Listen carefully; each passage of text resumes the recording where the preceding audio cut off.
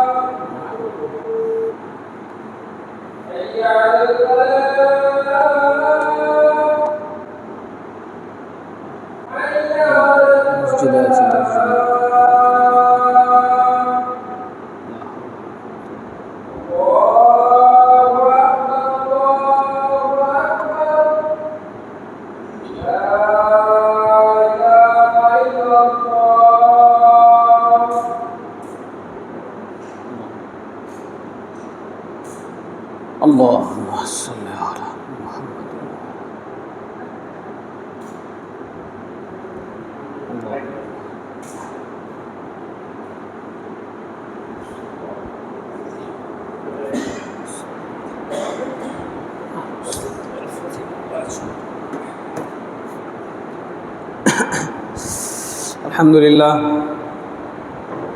الحمد لله نحمده ونستعينه ونستغفره ونؤمن به ونتوكل عليه ونعوذ بالله من شرور أنفسنا ومن سيئات أعمالنا. من يهده الله فلا مضل له ومن يضلل فلا هادي له. ونشهد أن لا إله إلا الله وحده لا شريك له ونشهد أن محمدا عبده ورسوله. أما بعد فإن خير الحديث كتاب الله وخير الهدى هدى محمد صلى الله عليه وسلم وشر الأمور محدثاتها وكل محدثة بدعة وكل بدعة ضلالة وكل ضلالة في النار. فقد قال الله تعالى في كلامه المجيد بعد أعوذ بالله من الشيطان الرجيم. يا أيها الذين آمنوا اتقوا الله حق تقاته ولا تموتن إلا وأنتم مسلمون. يا أيها الناس اتقوا ربكم الذي خلقكم من نفس واحدة وخلق منها زوجها وبث منهما رجالا كثيرا ونساء واتقوا الله الذي تساءلون به والأرحام إن الله كان عليكم رقيبا. يا أيها الذين آمنوا اتقوا الله وقولوا قولا سديدا يصلح لكم أعمالكم ويغفر لكم ذنوبكم ومن يطع الله ورسوله فقد فاز فوزا عظيما. أعوذ بالله من الشيطان الرجيم. بسم الله. قاف والقرآن المجيد بل عجبوا أن جاءهم منذر منهم فقال الكافرون هذا شيء عجيب أإذا متنا وكنا ترابا ذلك رجع بعيد قد علمنا ما تنقص الأرض منهم وعندنا كتاب حفيظ بل كذبوا بالحق لما جاءهم فهم في أمر مريج أفلم ينظروا إلى السماء فوقهم كيف بنيناها وزيناها وما لها من فروج والأرض مددناها وألقينا فيها رواسي وأنبتنا فيها من كل زوج بهيج تبصرة وذكرى لكل عبد منيب ونزلنا من السماء ماء مباركا فأنبتنا به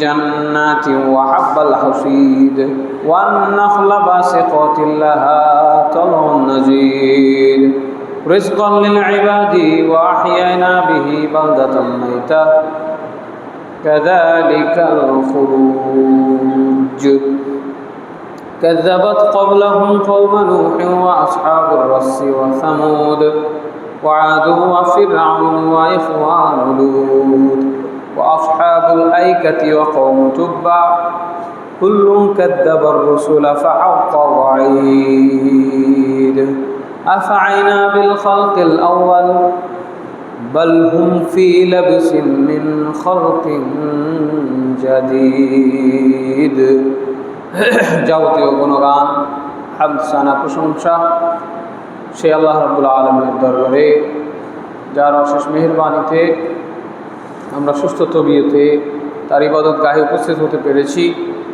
এই জন্য আল্লাহর দরবারে আমরা সবাই শুকরিয়া তান বলি আলহামদুলিল্লাহ। দুরূদ ও শান্তির ধারা বর্ষিত হোক আমাদের প্রিয় নবী, শেষ নবী নবী মুহাম্মদুর রাসূলুল্লাহ সাল্লাল্লাহু আলাইহি ওয়াসাল্লামের উপরে। সম্মানিত মসজিদের মুসল্লি, বিশ্বব্যাপী মুসলমানদের যে অবস্থা, যে দুর্গতি, তার মূল কারণ, অনেকগুলো কারণের মধ্যে যে মূল কারণ সেটি মুসলমানদের দলবিভক্তি। এটি আমি প্রতীয়মান করার চেষ্টা করেছি, বুঝিয়ে বলার চেষ্টা করেছি। আশা করছি যারা মন দিয়ে খুতবা শুনেছেন এতদিনে হয়তো আপনাদের কাছে এটি পরিষ্কারভাবে ফুটে উঠেছে যে মুসলমানদের এই দুর্দশার জন্য সবথেকে বড় কারণ এই দলবিভক্তি, যা সুস্পষ্ট হারাম, যা আল্লাহ রাব্বুল আলামিন নিষেধ করেছেন। যেখানে আমাদেরকে পরস্পরে ভাই ভাই হয়ে, পরস্পরকে মুহাব্বত করে, পরস্পরকে ভালোবেসে একত্রিত থাকতে বলেছেন। বিভেদের মাধ্যমে ধ্বংস হবে এই বিষয়ে আল্লাহ তাআলা বহু ইঙ্গিত করেছেন। দুনিয়া আখিরাত দুটোই আমাদের নষ্ট হবে। আর একত্রিত থাকা, মিলেমিশে থাকা এটি বাধ্যতামূলক, এটি ফরজ। বিচ্ছিন্ন হওয়ার কোনো সুযোগ রাখা হয় নাই। আর যারা বিচ্ছিন্ন হয় তারা আল্লাহর রহমত থেকে দূরে সরে যায়, এবং এই নিজেদের মধ্যে বিদ্বেষ, ঘৃণা, দলাদলি, হিংসা, মারামারি এগুলোর কারণে দুয়া কবুল হয় না।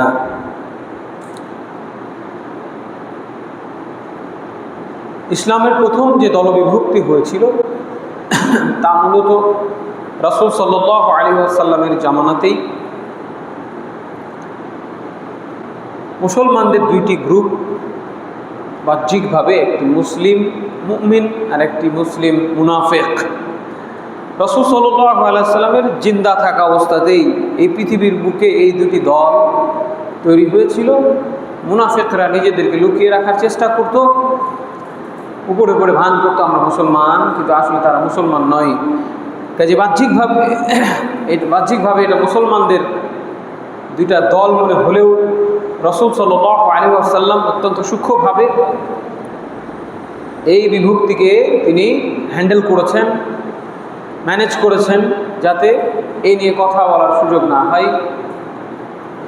কত মুনাফিক ছিল যাদেরকে জানার পরেও আল্লাহ রাসূল সাল্লাল্লাহু আলাইহি ওয়াসাল্লাম মাফ করে দিয়েছেন, কিছু বলেন নেই। জানছেন যে এরা মুসলমান নয়, মুনাফিক, ইসলামের ক্ষতি করার জন্য মুসলমানের শ্বাস ধরেছে, ভান ধরেছে, তাও আল্লাহ রাসূল সাল্লাল্লাহু আলাইহি ওয়াসাল্লাম কিছু বলেন নেই। কেন?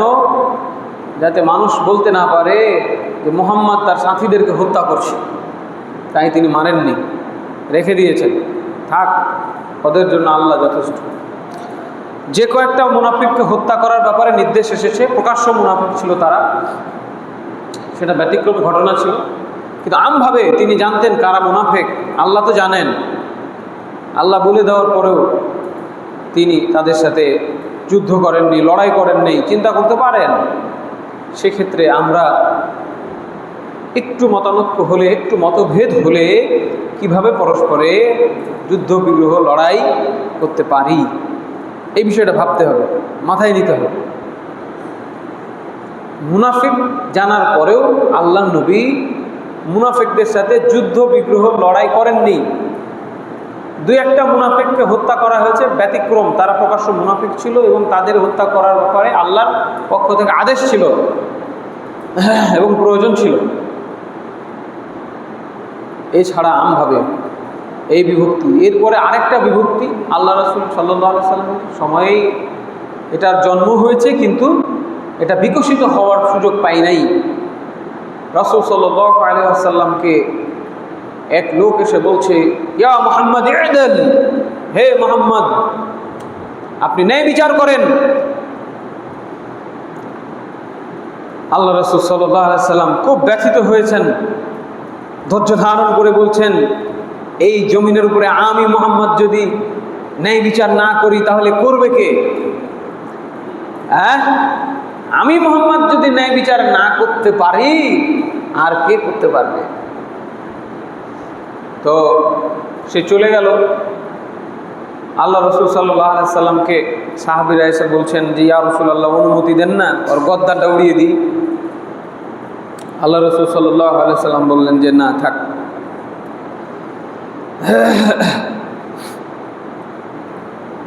হয়তো সে নামাজ পড়ে, নামাজি ব্যক্তিকে হত্যা করলে তো এটা হইল না। তবে এই লোকের বংশধর থেকে একদল তৈরি হবে যারা এই দলবাজি করবে, যারা খারেজি নামে তাদেরকে ইতিহাসে তাদেরকে অবহিত করা হয়েছে। তো আল্লাহ রাসূলের জীবদ্দশায় তাদের বিকাশ হয় নাই, এই দল তারা করতে পারে নাই। কিন্তু আল্লাহ রাসূলকে পর্যন্ত আঙুল তুলেছে যে আপনার ভাগ বাটোয়ারা ঠিক হয়নি, আপনি ঠিকভাবে ভাগ বাটোয়ারা করেন। এত পরেশগারিতা সে দেখালো যে সে আল্লাহ রাসূলের থেকে ভালো মানুষ। নাউজুবিল্লাহ, আল্লাহ রাসূলের থেকে ভালো মানুষ হওয়া সম্ভব? সম্ভব নয়, অসম্ভব।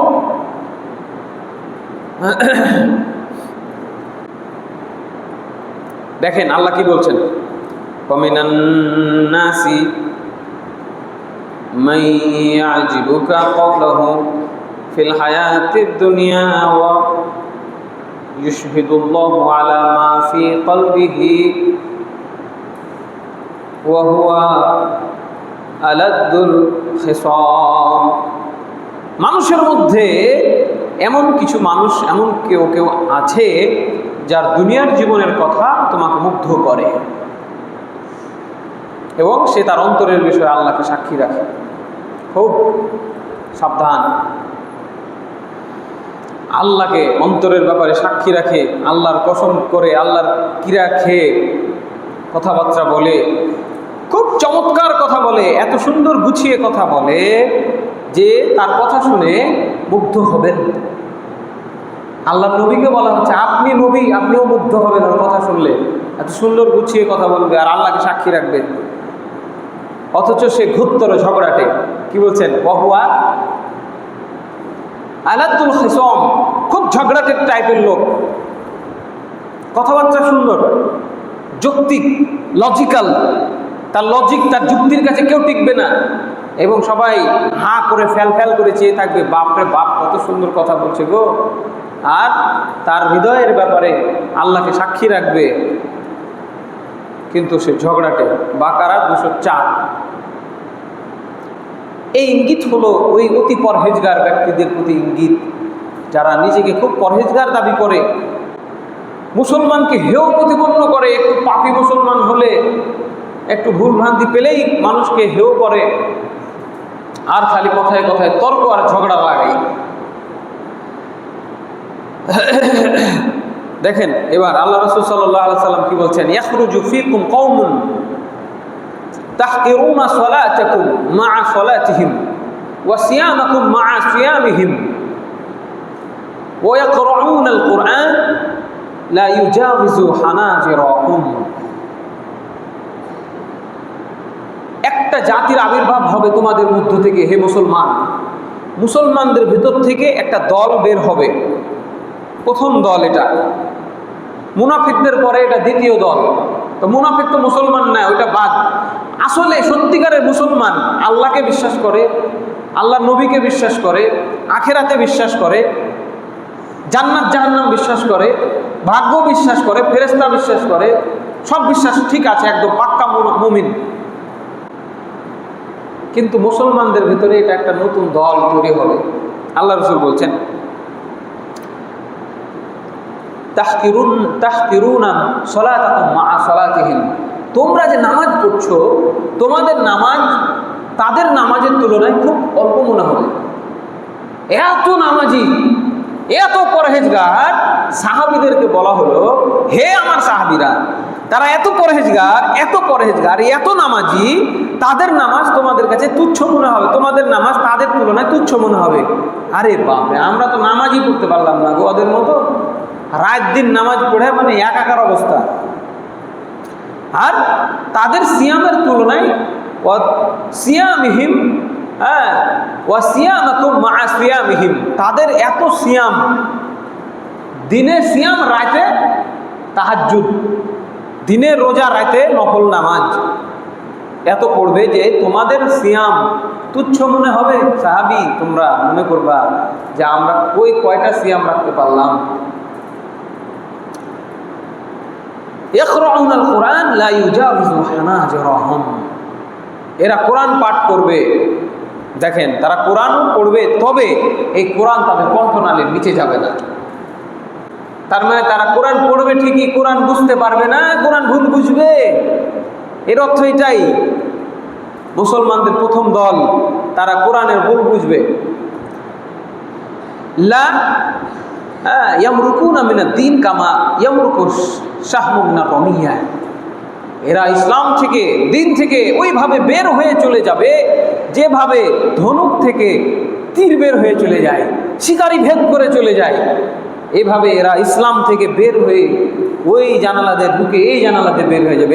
এই ইসলামের ভেতরে ওরা থাকতে পারবে না, তাদের নিজেদের নব আবিষ্কৃত ইসলামের ভেতরে তারা চলে যাবে। আমাদের আল্লাহর পক্ষ থেকে আসা, নবীর পক্ষ থেকে আসা এই ইসলামের মধ্যে তারা থাকতে পারবে না। তারা এত পরহেজগার। কেমন পরহেজগার? নবীকে বলছে, হে নবী মুহাম্মদ, আপনি এদেল করেন, নাই বিচার করেন। নবীর থেকে পরহেজগার লোক আসবে কিছু, ও মনে করবে আমি নবীর থেকে বেশি পরহেজগার, বেশি ভালো লোক। নাউজুবিল্লাহি মিন যালিক। হাদিস থেকে বলছি, সহিহ বুখারী হাদিস নাম্বার 3610, সহিহ মুসলিম হাদিস নাম্বার 1064। তাদের আর একটা বৈশিষ্ট্য, এটা দিলাম কি, তাদের নামাজ, প্রচুর নামাজি হবে।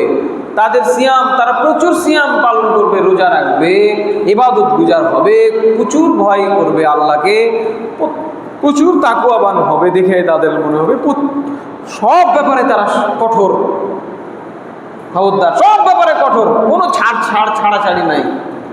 19-20 হলেই আপনার সাথে ঝগড়া লাগাই দিবে। কেন হলো, কেন করবেন? মানে আল্লাহর যে রহমত বলে কিছু আছে, আল্লাহ যে ক্ষমাশীল, মাফ করে দিবে, এইটা যে একটা ব্যাপার আছে, ওটা যেন তারা ভুলেই যাবে। তাদের মনোভাব হলো 100-তে 100 হইতে হবে, 99 হলে আপনার সাথে ঝগড়া লাগাবে। কেন কমলো, কেন 19-20 হলো? তফাৎ বুঝতে হবে। পরে কিছু মানুষ আসলে আরেকটা বিষয় তখন বলবো, যদি আল্লাহ স্মরণে রাখাই। ভুল বুঝার সুযোগ নেই, কিন্তু 19-20 করা যাবে না, এটা আবার ঠিক আছে। কখন 19-20 করা যাবে না?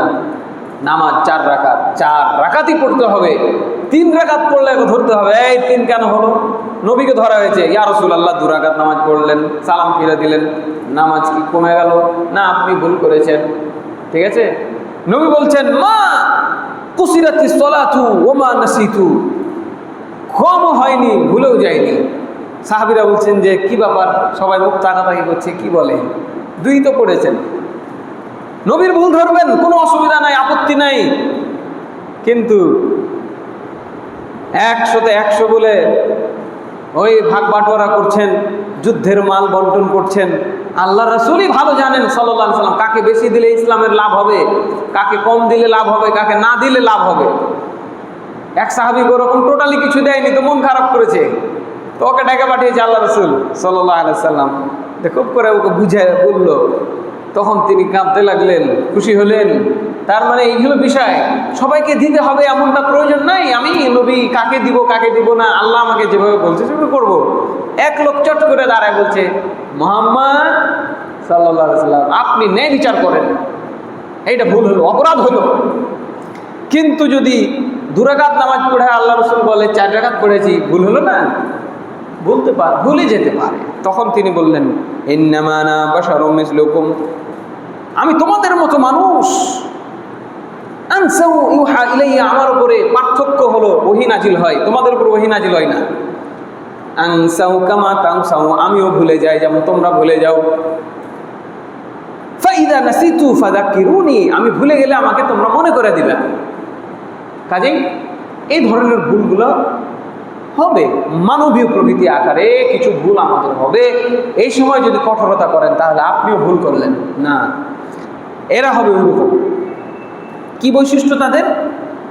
ইয়াকতুলুনা আহলাল ইসলাম ওয়া ইয়াদউনা আহলাল আওতান, এরা মুসলমানকেই হত্যা করবে আর মুশরিকদেরকে, মূর্তি পূজারীদেরকে ছেড়ে দিবে। এরা মূর্তি পূজারীদের সাথে যুদ্ধ করতে যাবে না, ঘুরে ফিরে মুসলমানের সাথে যুদ্ধ করবে, মুসলমান হয়ে মুসলমানের সাথে যুদ্ধ করবে। এরা হলো ওই দল, প্রথম দল। লাইন আদরাকতুহুম লাআকতুলান্নাহুম কতলা আদ, আমি মুহাম্মদ সাল্লাল্লাহু আলাইহি সাল্লাম যদি ওদেরকে পাই তাহলে আদ জাতির মতো করে ধ্বংস করব। আগের হাদিসটা বুখারী 3610, মুসলিম 1064, আর এই হাদিসটা হচ্ছে বুখারী 3611, মুসলিম হাদিস নাম্বার 1064। এই হাদিস থেকে আমরা বুঝতে পারলাম মুসলমানদের ভিতরে একটা দল তৈরি হবে যারা নিজেকে খুব ভালো মনে করবে, নিজেকে খুব পাক্কা ইমানদার মনে করবে যে আমরা সঠিক পথে আছি। তারাই হলো প্রথম দল এবং এরাই ইসলামের অনেক বড় ক্ষতি করেছে। আবু বকর রাদিয়াল্লাহু আনহুর জামানায় আসার সাহস পায়নি, ওমর রাদিয়াল্লাহু আনহুর জামানায় আসার সাহস পায়নি। তারা অনেক শক্ত হাতে 13টা বছর ইসলামী খেলাফত ধরে রেখেছেন, কারো সাহস হয়নি বিপরীত কথা বলার। ওসমান রাদিয়াল্লাহু আনহু নরম সরম মানুষ ছিলেন, আল্লাহ রাসূলের জামাই ছিলেন। ওসমান রাদিয়াল্লাহু আনহুর জামানায় এদের উদ্ভব হলো এবং উনাকে মসজিদের ভেতরে আবদ্ধ রেখে মাথায় তরবারির আঘাত করে হত্যা করলো এই খারেজিরা, যারা মনে করলো আমরা নবীর থেকে ভালো, আমরা নবীর জামাইয়ের থেকে ভালো। নাউজুবিল্লাহ, নবীর জামাই 2 মেয়ের জামাই, আল্লাহু আকবার, সুবহানাল্লাহ। এত ভদ্র মানুষ, অত্যন্ত নম্র ভদ্র মানুষ ছিলেন তিনি। এই মানুষটাকে তারা মসজিদের মধ্যে আটকে রেখে হত্যা করেছে। ইতিহাস জানতে হবে কারা মেরেছে, মুসলমান মেরেছে। মুসলমানে দল পার্টি করে মুসলমান হয়ে মুসলমানদের নেতাকে হত্যা করেছে, অথচ সে জান্নাতে সুসংবাদ প্রাপ্ত একজন সাহাবী। এরপর আলী রাদিয়াল্লাহু আনহুর জামানায় একদম ব্যাপকভাবে এদের সয়লাভ হয়ে গেল, হাজারে হাজারে, এবং তারা যুক্তি তর্ক এগুলো দেওয়া শুরু করলো প্রকাশ্যে। কেন তারা সঠিক, কেন তারা বেঠিক, তারা কেন সঠিক? কোরআন পড়ে আর বলে, কোরআন পড়ে আর বলে, কোরআন নিজের মতো বুঝে, নিজের মতো বুঝে আর বলে। সাহাবীদেরকে কাফের বলে, এই কাফের, ওই কাফের, এই ভালো না, ওই ভালো না, আর ওরাই নাকি পৃথিবীতে সব থেকে ভালো। পরে তো আলী রাদিয়াল্লাহু আনহু প্রায় 4000 খারেজিকে হত্যা করেছেন নিজের হাতে, আর 8000 তারা বিদ্রোহ করেছিল, তাদেরকে বুঝিয়ে ফেরত আনা হয়েছে। এই গল্প এর আগে একদিন করেছি, আজকে আর করবো না। আজকে শুধু বুঝালাম মুসলমানদের ভয়ানক অবস্থান তৈরি হয়েছিল এই সময়ে। চিন্তা করতে পারেন, কাবা ঘরের ওখানে গিয়ে মানুষ মারামারি করেছে, মুসলমানে মারামারি, চিন্তা করতে পারেন? সাহাবীদের যুগে হয়ে গেছে এগুলা। কত বড় ক্ষতি আমাদের হলো। হ্যাঁ, তাহলে আমাদেরকে অবশ্যই ঐক্যবদ্ধ হতে হবে। ঐক্যবদ্ধ না হলে আমাদের বিপদ আছে। আমরা সেগুলো জানলাম, জেনেছি। সুফল কি? তার বিপরীত বিষয়গুলোই আমাদের জন্য সুফল। 1 নম্বর, আল্লাহর রহমত উঠে যায়। তাহলে ঐক্যবদ্ধ থাকলে আল্লাহর রহমত আমাদের উপরে বর্ষণ হবে। আমরা যদি মিলেমিশে থাকতে পারি, মুসলমানে ঝগড়া না করি, ওয়াতাসিমু বিহাবলিল্লাহি জামিআন ওয়া লা তাফাররাকু ওয়াযকুরু নি'মাতাল্লাহি আলাইকুম ইয কুনতুম আ'দাআন ফাআল্লাফা বাইনা কুলুবিকুম ফাসবাহতুম বিনি'মাতিহি ইখওয়ানা। আল্লাহ বলছেন, তোমরা সবাই মিলে এক আল্লাহর রজ্জুকে আঁকড়ে ধরো এবং বিভক্ত হয়েও না। তোমাদের উপর আল্লাহর নিয়ামতকে স্মরণ করো। তোমরা পরস্পরের শত্রু ছিলে, তিনি তোমাদের হৃদয়ে ভালোবাসা ঢেলে দিলেন, তোমরা ভাই ভাই হয়ে গেলে। তাহলে পরস্পরে ভাই ভাই হয়ে থাকা মানে আল্লাহর রহমত আছে। যাদের দিলের ভেতরে আল্লাহর রহমত আছে, নিয়ামত আছে, তারা পরস্পরকে ভালোবাসবে, পরস্পরে ভাই ভাই হয়ে থাকবে। কাফেররা সেই সময়ে পরস্পরে ঝগড়া বিবাদে লিপ্ত থাকতো। বছরের পর বছর তারা ঝগড়া বিবাদ করত, যুদ্ধ করত, মানুষ মারত, মরত। তারা পরস্পরে ভাই ভাই হয়ে গেল। আল্লাহ রসুল মুহাম্মদ সাল্লাল্লাহু আলাইহি সাল্লামের মাধ্যমে তারা পরস্পরে ভাই ভাই হলো। নিজের সম্পদ বিলিয়ে দিল এক ভাই আরেক ভাইয়ের জন্যে। রাসূল সাল্লাল্লাহু আলাইহি সাল্লাম বলছেন, নিশ্চয়ই আল্লাহ তোমাদের জন্য 3টি বিষয়ে সন্তুষ্ট হন। 1 নম্বর, আন তা'বুদুহু ওয়া লা তুশরিকু বিহি শাইআ। আল্লাহর ইবাদত করবে আর কারোর সাথে তাকে শরীক করবে না। এটা 1 নম্বর পছন্দের বিষয়। একমাত্র আল্লাহর ইবাদত, আর কারো না। শুধু আল্লাহকে খুশি করার জন্য প্রত্যেক দিন যত ইবাদত করো আল্লাহর জন্য। আর তোমরা তার আল্লাহর রজ্জু সকলে মিলে আন তা'তাসিমু বিহাবলিল্লাহি জামিআন ওয়া লা তাফাররাকু। আল্লাহর রজ্জু আঁকড়ে ধরবে, পরস্পরে বিচ্ছিন্ন হবে না। আর আল্লাহ তোমাদের মধ্য থেকে যাকে নেতা বানাবে, দায়িত্বশীল বানাবে, তোমরা তার কল্যাণ কামনা করবে। নেতার জন্য মঙ্গল কামনা করতে হবে। নেতার বদনাম করা যাবে না, নেতার বিরুদ্ধে বদদোয়া করা যাবে না, বিদ্রোহ তো হারাম। মুসলমানদের নেতা যেমনই হোক তার পক্ষে কথা বলতে হবে, তার সাথে থাকতে হবে, তার প্রতি ভালোবাসা রাখতে হবে, দোয়া করতে হবে। বিদ্রোহ করা যাবে না। তাকে তুমি সরো আমি নেতা হব, এটা তো হারাম। বিদ্রোহ করা যাবে শর্ত সাপেক্ষে, সে বিষয়ে বিস্তর আলোচনার প্রয়োজন আছে। ভিন্ন কোনো দিনে আমরা আলোচনা করব কখন বিদ্রোহ করা যায়, কি কি শর্ত সাপেক্ষে বিদ্রোহ করা যায়। আম কথা হলো, নেতার জন্য মঙ্গল কামনা করতে হবে, আল্লাহর কাছে দোয়া করতে হবে। নেতার বিরুদ্ধে যাওয়া যাবে না, নেতার আনুগত্য করা ফরজ, বিরুদ্ধে যাওয়া হারাম। এরপরে শত্রুর বিরুদ্ধে আমাদের শক্তি অর্জিত হবে যদি আমরা ঐক্যবদ্ধ হতে পারি। আমরা বিভক্ত হলে আমাদের কি হয়? শক্তি হারিয়ে যায়। আল্লাহ বলছেন, ওয়ালা তানাজাউ ফাতাফসালু ওয়া তাযহাবা রিহুকুম। খবরদার ভাগ হয়েও না, না হলে তোমাদের শক্তি হারিয়ে যাবে, তোমরা সাহস হারিয়ে ফেলবে। যদি এক থাকি তাহলে আমাদের শক্তি বাড়বে, আমাদের সাহস বাড়বে। এটা একটা আমাদের উপকার। রাসূল সাল্লাল্লাহু আলাইহি সাল্লাম বলছেন, ইউশিকুল উমাম আন তাদা আলাইকুম কামা তাদা আল আকলাতু ইলা কসআতিহা। খুব গুরুত্বপূর্ণ কথা।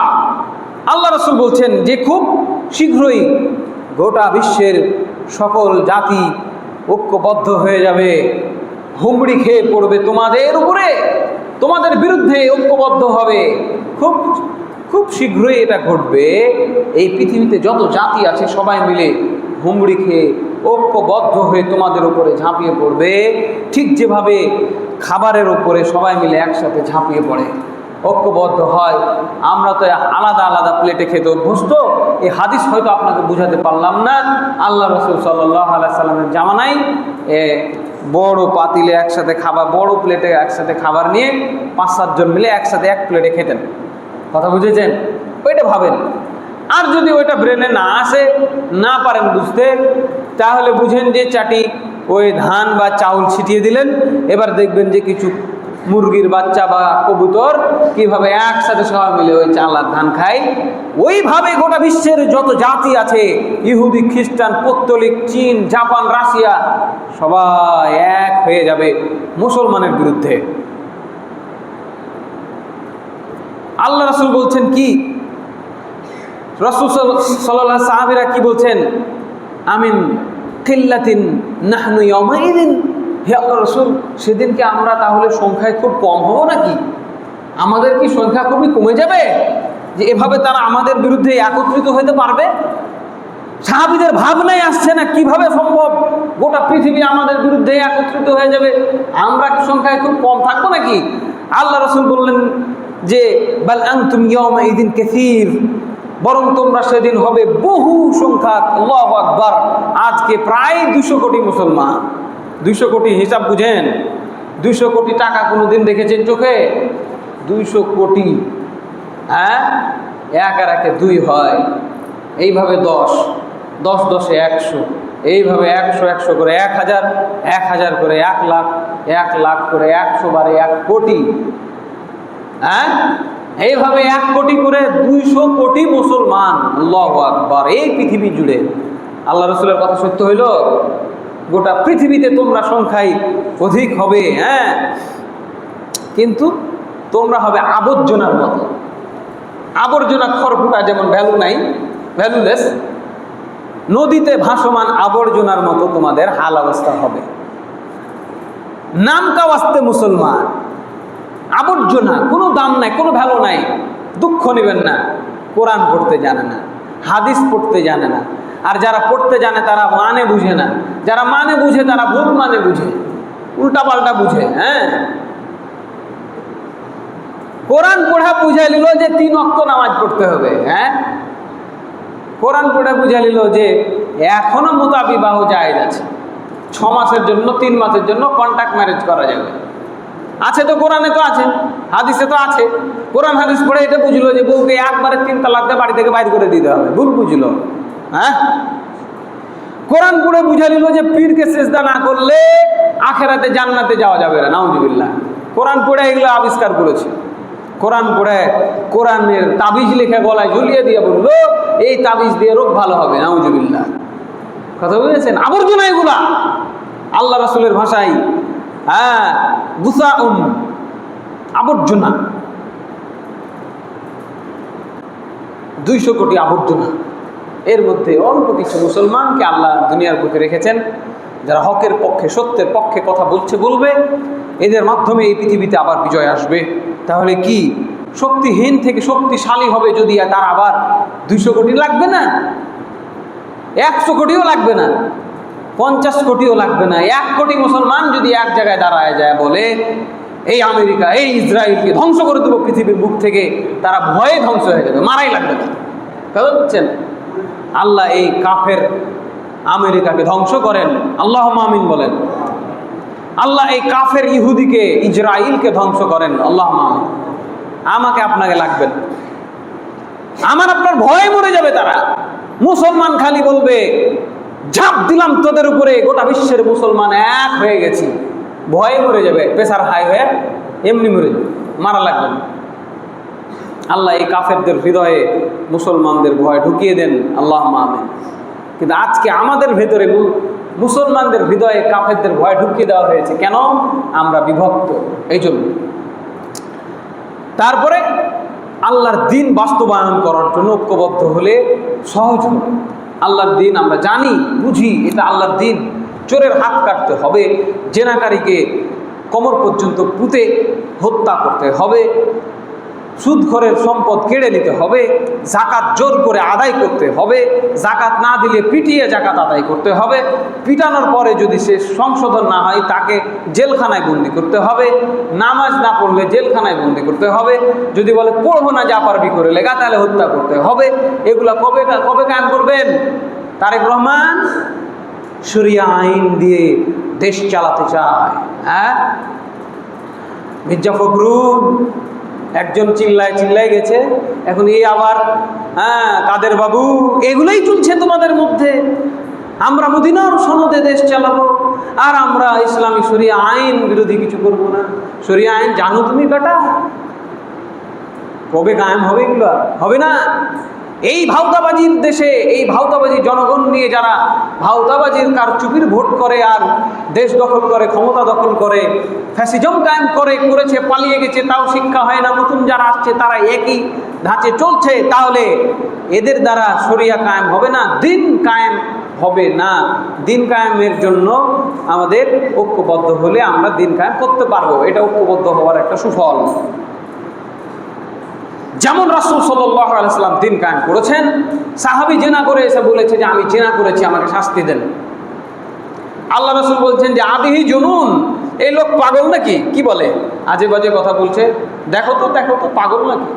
এই মদ খেয়ে বলছে নাকি? ভুলভাল বলছে, মদ খেয়ে বলে না আমি তো এই করেছি, আমাকে শাস্তি দেন না। টালমাটাল করছে না, ভালো করে কথা বলছে। ইয়া রাসূলুল্লাহ, মানুষ যেটা হালাল ভাবে করে আমি হারাম ভাবে করেছি, তাহিরিনি ইয়া রাসূলুল্লাহ, আমাকে পবিত্র করেন, আমার ভয় হচ্ছে আল্লাহ আমাকে ধরলে বিপদে পড়ে যাবে। ঠিক আছে, যাও, তাকে নিয়ে যাও, সঙ্গে সার করে দাও। তাকে বাঁধা হলো, বেঁধে পাথর মেরে হত্যা করা হলো। পালিয়ে যাচ্ছিল, শাস্তির জন্য আসলো বটে, একটা পাথর খাওয়ার পরে ছুটে পালিয়ে যাচ্ছে, তাকে সাহাবীরা পিছন থেকে ধাওয়া করে ঢেল পাথর মেরে মারতে মেরে ফেলে দিলেন। ইসলাম কায়েম হলো। চুরি করে আসছে, ইয়া রাসূলুল্লাহ, খুবই সম্ভ্রান্ত পরিবারের মহিলা, চুরি করে ফেলেছে, কি করা যায়? মাফ করে দেওয়া যায় না? আল্লাহ রাসূল বললেন যে লাউ ফাতিমা বিনতু মুহাম্মদ শারাকাত লাকাতাতু ইয়াদাহা, যদি আমি মুহাম্মাদের মেয়ে ফাতিমা চুরি করত আমি তার হাত কেটে দিতাম। ইসলাম কায়েম। তাহলে এটা হয়েছে কখন? মক্কায় হয়েছিল, হয়নি। মদিনায় গিয়ে জাতিকে ঐক্যবদ্ধ করে তারপর হয়েছিল। তাহলে এই দিন কায়েম করতে গেলে ঐক্যবদ্ধ হতে হবে। হানাফি, শাফি, মালিকি, হাম্বলি, চিশতি, কাদেরি, মাইজ ভান্ডারি, সরসিনা, ফুরফুরা, কত দল, সব বাদ দিতে হবে। তোমরা আমরা বাদ। ইসলামে কোনো তোমরা আমরা নাই, সবাই আমরা। তোমরা আমরা হলো জাহেলিয়াতের কথাবার্তা। কথা বুঝেছেন? সব এক দল হইতে হবে, তাহলে ইসলাম কায়েম করা যাবে। আর এক ভাইয়ের কষ্টে আরেক ভাইকে অনুভব করতে হবে। যেভাবে এক হাত ব্যথা পেলে আরেক হাত বুঝতে পারে, পুরো শরীর সেটা বুঝতে পারে, ঠিক আছে? ওরকম মুসলমানদের এক হতে হবে, যাতে এক ভাই আরেক ভাইয়ের বিরুদ্ধে তো যাওয়াও যাবে না, বলাও যাবে না। আর এই দুনিয়ার উন্নতি এবং সম্মান আবার ফিরে আসবে। এই দুনিয়াতে বড় বড় যত উন্নতি সাধন হয়েছে এগুলো মুসলমানদের হাত ধরে হয়েছে। আজকে সেটা এই নাপাক খ্রিস্টান, আমেরিকা, ইসরায়েল, ইহুদিরা সেটা দখল করে নিয়েছে। চীন, এটা তারা দখল করেছে। কথা হচ্ছেন? এই তোমরা এই নাপাক ইহুদি, খ্রিস্টান, অমুসলিম, অবিশ্বাসীরা এই পৃথিবীটাকে সমান মনে করতে, সমতল, এরকম প্লেটের মতো। বুঝতে পেরেছেন? আল্লাহ কোরআনে বিধান নাজিল করেছেন, আয়াত নাজিল করেছেন, যা গবেষণা করে মুসলমানরা প্রথম আবিষ্কার করে বলেছে পৃথিবী হলো গোলাকার। তখন তুমি বুঝতে পেরেছো যে পৃথিবীটা গোলাকার। এই মুসলমানরা প্রথম চিকিৎসা আবিষ্কার করেছে, তারপর তোমরা ইহুদি, খ্রিস্টান, কাফেররা চিকিৎসা আবিষ্কৃত চিকিৎসাকে উন্নত করতে পেরেছো। এই পৃথিবীতে মুসলমানদের কল্যাণে লোহা নাজিল করা হয়েছে। সেই লোহা ব্যবহার করে তোমরা বড় বড় মেশিন বানাও, মেশিন গান বানাও, সেই দিয়ে মুসলমানদের বিরুদ্ধে অস্ত্র তৈরি করে মুসলমানকে হত্যা করো। কথা বোঝা গেল? কিন্তু আমরা পিছিয়ে গেছি উন্নতি থেকে। কেন? আমরা এখন ব্যস্ত শুধু ফতোয়া ফারাইজ নিয়ে। আমরা ব্যস্ত শুধু একজন আরেকজনকে কাফের ফতোয়া দেওয়ার জন্য। হ্যাঁ, মুসলমানে খালি ফতোয়াবাজি আর ঝগড়াঝাটি। উন্নতির চিন্তা ভাবনা ব্রেনে নাই। কথা বুঝলেন?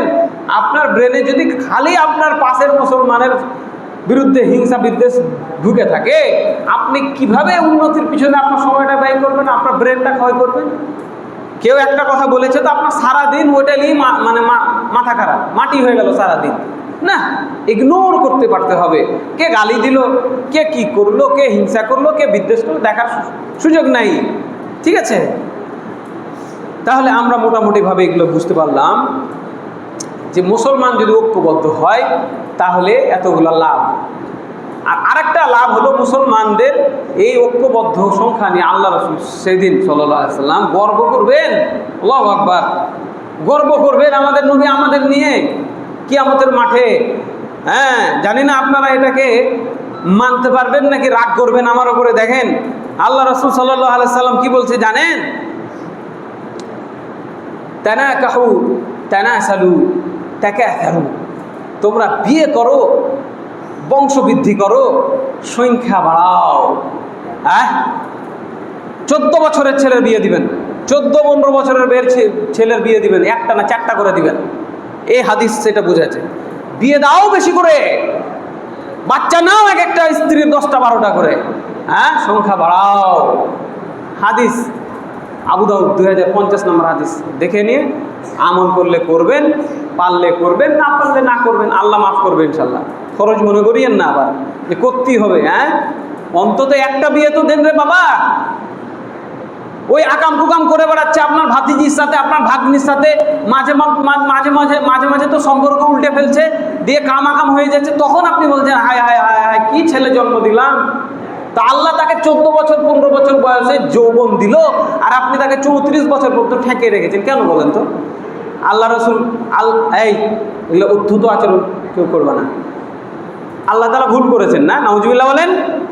ওই ছেলেটা 14 বছর বয়সে যে তার স্বপ্ন দোষ হইলো, ও যে স্বপ্নের ভেতরে ও যে নায়িকা নিয়ে ঘুমায় থাকলো, এটার জন্য আল্লাহর দোষ হইলো।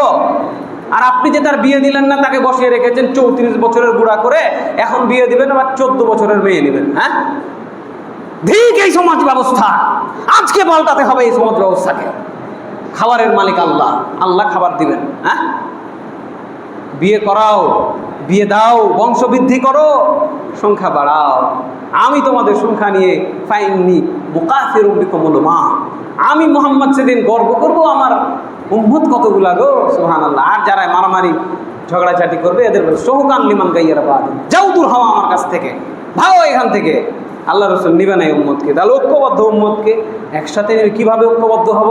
ওয়াতাসিমু বিহাবলিল্লাহি জামিআ ওয়া লা তাফাররাকু, আল্লাহর রজ্জু কোরআন হাদিসকে আঁকড়ে ধরলে আমরা ঐক্যবদ্ধ হতে পারবো। আল্লাহ তাআলা বলছেন ফাইন তানাযাতুম ফি শাইইন ফারুদ্দুহু ইলাল্লাহি ওয়া রাসূল, যদি মতভেদ হয়, ঝগড়া লাগার মতন হয়ে যায়, তাহলে কোরআন হাদিসের কাছে ফিরে আসো। আল্লাহ রসুল কি বলেছেন সেটা দেখো। আপনি মনে করছেন একটা, ও মনে করছে আর একটা, আর ঝগড়া করবেন না। দুরকম হয়ে গেছে, তখন একসাথে যা বসে যান।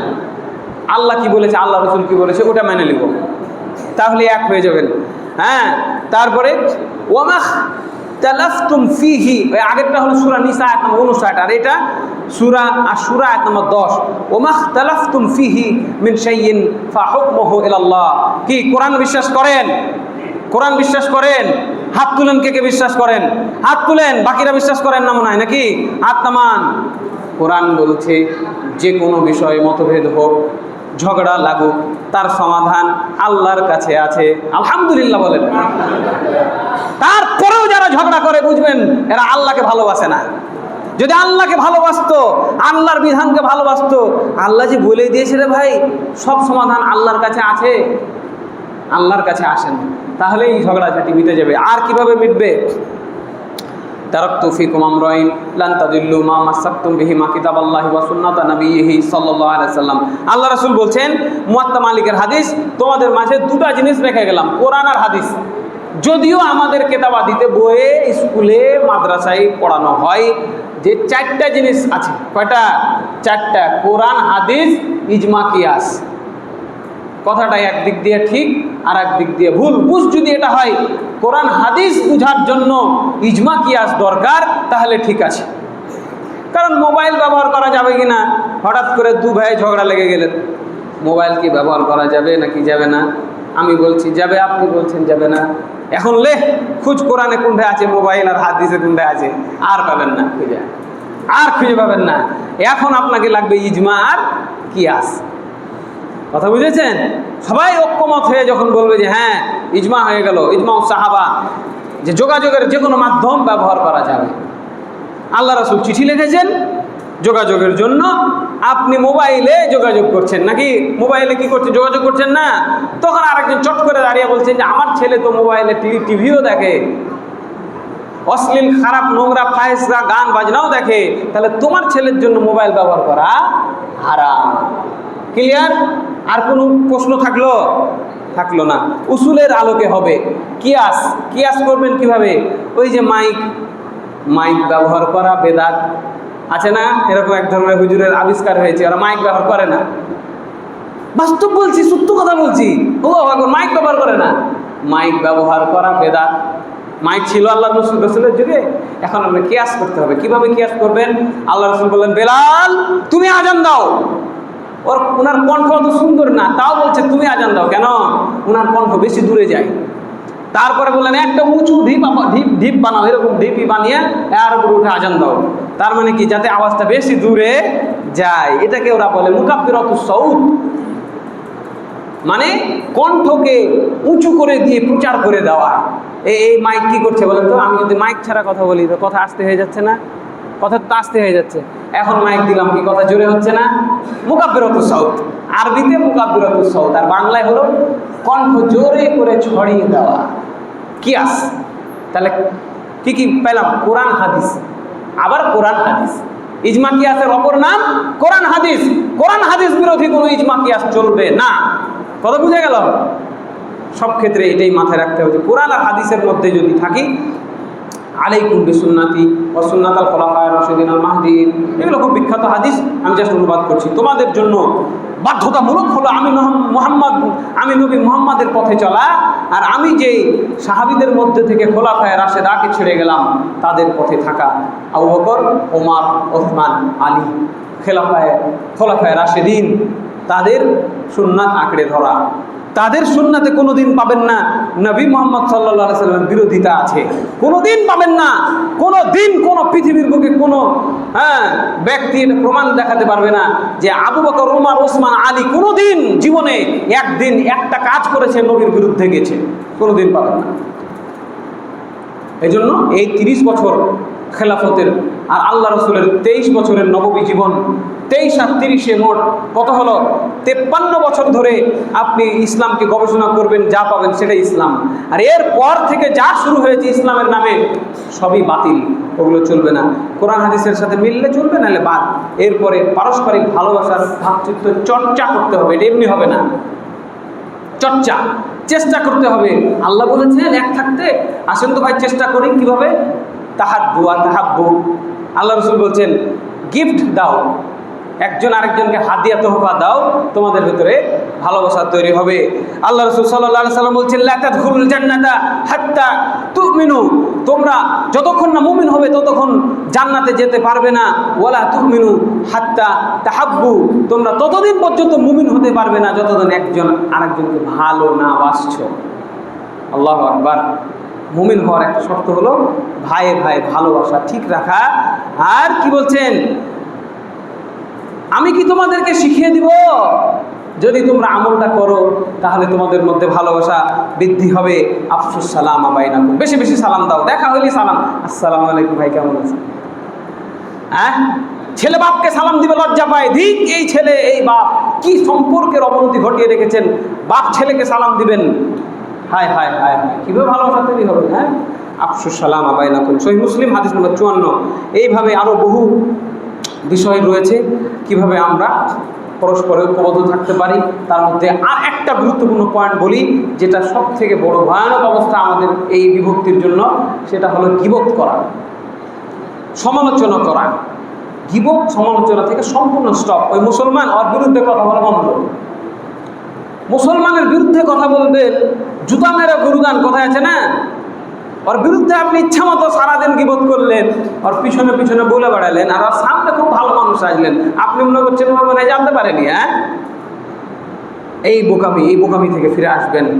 পরস্পরে গীবত, চগলখড়ি, একজন আরেকজনের বিরুদ্ধে লেগে থাকা, এগুলো থেকে বেঁচে থাকতে হবে। আল্লাহ রসুল বললেন ওটাই হলো গীবত, যেটা শুনলে তোমার ভাই কষ্ট পাবে। একজন দাঁড়িয়ে বলছি, ইয়া রাসূলুল্লাহ, আমি যেটা বলেছি যদি সত্য হয়, আছে এরকম অনেক মুসল্লি আছে বুঝে না, এতবার বলার পরেও দেখবেন পার্সোনালি আলাপ করতে গেলে বলবে যে হুজুর যদি আমি যেটা বলেছি এটা ঠিক হয়, ও যদি সত্যি এরকম হয়, চোর হয়, বাটপার হয়, গাঁজাখোর হয়, ইরুনখোর হয়, তাহলে কইতে পারবো না? না, কইতে পারবেন না। আল্লাহ রাসূল বলেছেন যে না, যদি সত্যি তাই হয় তাহলে গীবত হইল, আর মিথ্যা হলে এটা অপবাদ হইল। ও বিড়িখোর, আপনি বলেছেন ও বিড়িখোর, এটা হলো গীবত। আর ও বিড়ি খাইনি, আপনি বললেন খেয়েছে, আপনি, এটা হলো অপবাদ, এটা হলো অপবাদ, দুটাই হারাম। তাহলে ঐক্যবদ্ধ হওয়ার এই কয়েকটি পয়েন্ট আমি বললাম।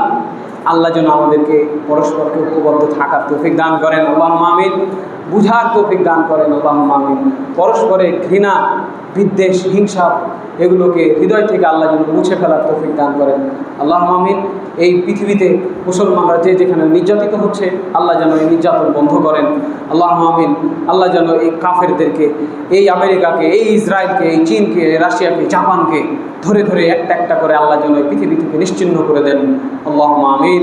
ওয়া মা আলাইনা ইল্লাল বালাগ ওয়া আকুলু কওলি হাযা ওয়া আস্তাগফিরুল্লাহ লি ওয়া লাকুম ওয়া লিসাইরিল মুসলিমিন ফাস্তাগফিরুহু ইন্নাহু হুয়াল গফুরুর রাহিম। আলহামদুলিল্লাহি ওয়াহদাহু ওয়াস সালাতু ওয়াস সালামু আলা মান লা নাবিয়্যা বা'দা, আম্মা বা'দ।